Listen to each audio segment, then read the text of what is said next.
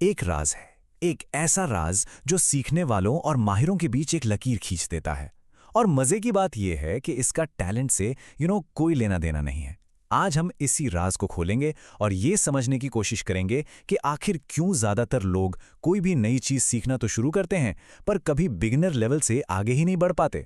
ये कहानी हम सबने कहीं ना कहीं देखी है या शायद खुद जी है। पूरे जोश के साथ कोई नया हुनर सीखना शुरू किया और फिर बूम, एक दीवार आ जाती है। लगता है जैसे बस एक ही जगह पर घूम रहे हैं, कोई प्रोग्रेस ही नहीं हो रही। लेकिन क्या हो अगर इस जाल से निकलने का एक रास्ता हो, एक ऐसा रास्ता जो सदियों से आजमाया जा रहा है। तो सबसे पहले चलिए एक बहुत बड़े झूठ को तोड़ते हैं। वो झूठ ये है कि मास्टरी या महारत जन्म से मिलती है, कि कुछ लोगों में वो बात होती है। सच तो ये है कि माहिर लोगों के पास कोई जादुई तोहफा नहीं होता। नहीं, उनके पास एक सिस्टम होता है, एक तरीका। और ये सिस्टम कहाँ बना था पता है? सामंती जापान में। और इस सिस्टम का नाम है शुहारी। चलिए महारत के इस पूरे रोड मैप को थोड़ा करीब से देखते हैं।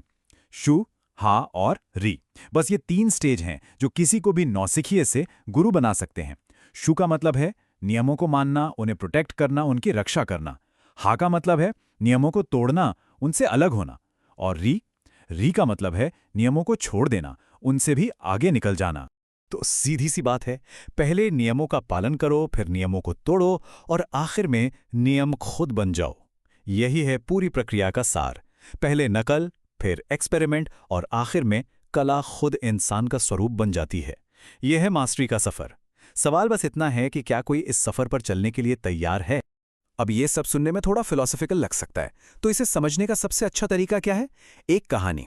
तो चलिए साथ में चलते हैं पुराने जापान में और मिलते हैं यामातो से। एक नौजवान जिसकी आंखों में बस एक ही सपना था, एक महान समुराई बनने का। यामातो ने क्या किया? उसने पूरे 1 साल तक अकेले जी जान लगाकर तलवारबाजी की प्रैक्टिस की, पर नतीजा सिर्फ फ्रस्ट्रेशन। वो बेहतर नहीं हो रहा था।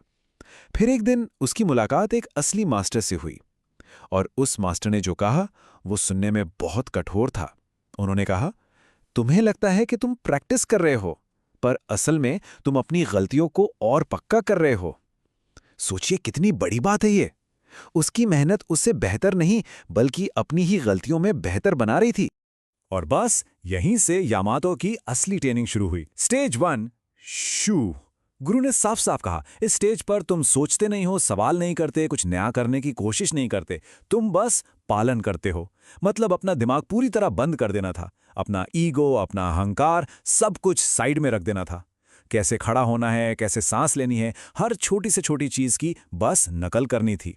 यामातो के लिए बहुत मुश्किल था, बहुत अपमानजनक था, लेकिन यह जरूरी था, बहुत जरूरी। और देखिए, ये सिर्फ कोई फिलॉसफी या पुरानी बातें नहीं है, इसके पीछे पक्की साइंस है।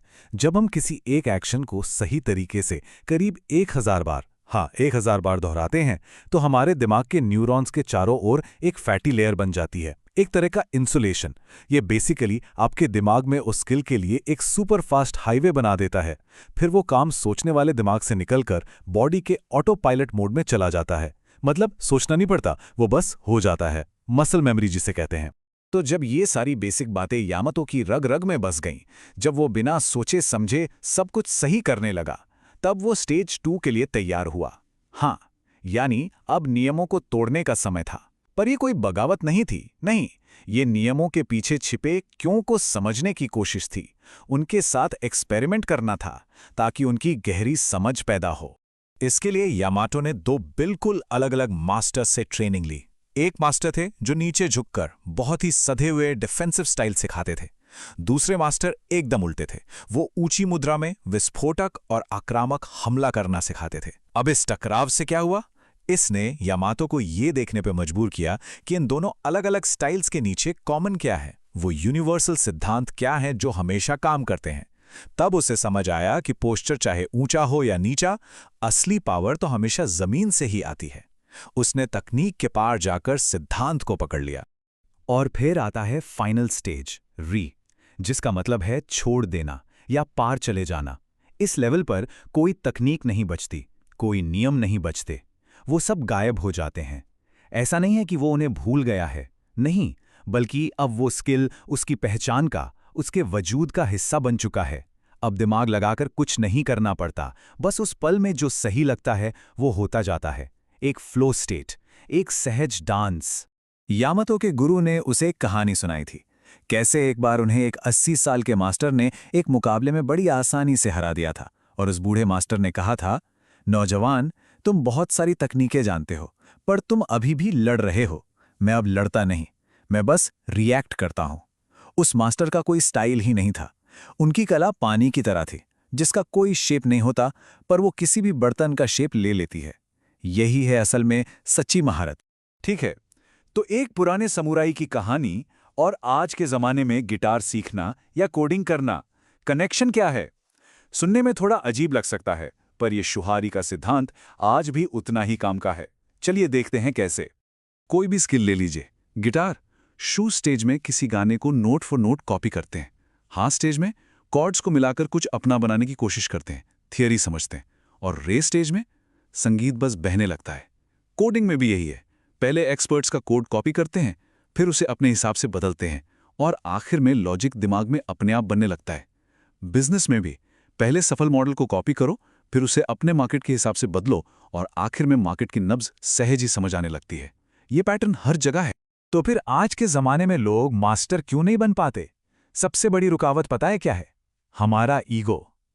एक जहरीला झूठ जो हमारी पीढ़ी खुद को बताती है, मुझे अपना रास्ता खुद खोजना है। किसी को फॉलो करना तो क्रिएटिव लोगों का काम नहीं है, कॉपी करना तो कमजोर लोग करते हैं। ये सोच हमें शुरू स्टेज की सबसे जरूरी चीज, विनम्रता, से दूर ले जाती है। और नतीजा, हम हर चीज के बारे में थोड़ा थोड़ा तो जानते हैं, पर किसी भी चीज के मास्टर नहीं बन पाते। Jack of all trades, master of none वाली बात। तो ये समझना जरूरी है कि शुहारी सिर्फ एक सीखने की टेक्निक नहीं है, ये एक चुनाव है, एक फैसला है कि अनुशासन और विनम्रता का रास्ता अपनाया जाएगा।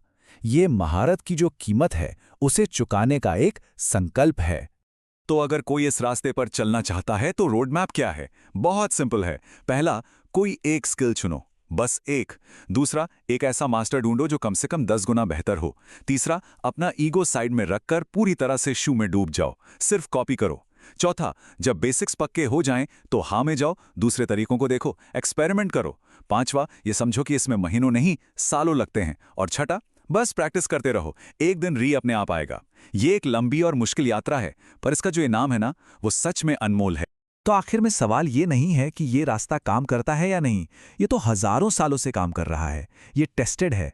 असली सवाल तो ये है, क्या हम वो कीमत चुकाने को तैयार हैं जो महारत मांगती है? वो धैर्य, वो विनम्रता, वो सालों का समर्पण, क्या हम इसके लिए तैयार हैं? और इस सवाल का जवाब वो किसी और के पास नहीं है।